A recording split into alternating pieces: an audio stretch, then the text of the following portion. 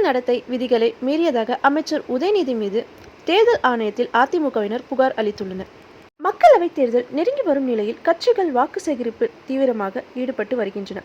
அந்த வகையில் தமிழகத்தில் பல்வேறு பகுதிகளில் திமுக கூட்டணி வேட்பாளர்களை ஆதரித்து அமைச்சர் உதயநிதி ஸ்டாலின் தேர்தல் பரப்புரை ஈடுபட்டு வருகின்றனர்.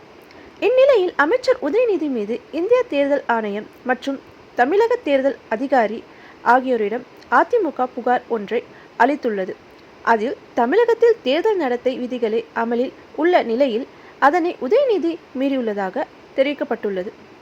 அதாவது சென்னையில் தேர்தல் பரப்புரையில் ஈடுபட்ட உதயநிதி மாதந்தோறும் வழங்கப்படும் மகளிர் உரிமை தொகையில் விடுபட்டவர்களுக்கு இனி ரூபாய் 1000 வழங்கப்படுவதாக அறிவித்திருந்தார். இந்த விவகாரத்தை தான் தற்போது அதிமுக கையில் எடுத்து புகாராக அளித்துள்ளது. மகளிர் உரிமை தொகை விண்ணப்பித்து கிடைக்காத 40 லட்சம் பேருக்கும் அடுத்த 4-5 மாதத்தில் வழங்கப்படும் என அமைச்சர் உதயநிதி பேசியதாகவும் அவரது வாக்குறுதி தேர்தல் நடத்தை விதிமீறல்களுக்கு எதிரானது எனவும் அதிமுக தரப்பில் தெரிவிக்கப்பட்டுள்ளது. அத்திட்டத்தில் ஏற்கனவே தேர்ந்தெடுக்கப்பட்ட வழங்கப்பட்டு வரக்கூடிய 1,16,00,000 பேருக்கு மகளிர் உரிமை தொகை வழங்கப்படுவதில் தவறில்லை எனவும், ஆனால் நிராகரிக்கப்பட்ட 40 லட்சம் பேருக்கு வழங்கப்படும் என அமைச்சர் உதயநிதி பேசியது தேர்தல் விதிகளை மீறிய செயல் எனவும் அதிமுக தெரிவித்துள்ளது.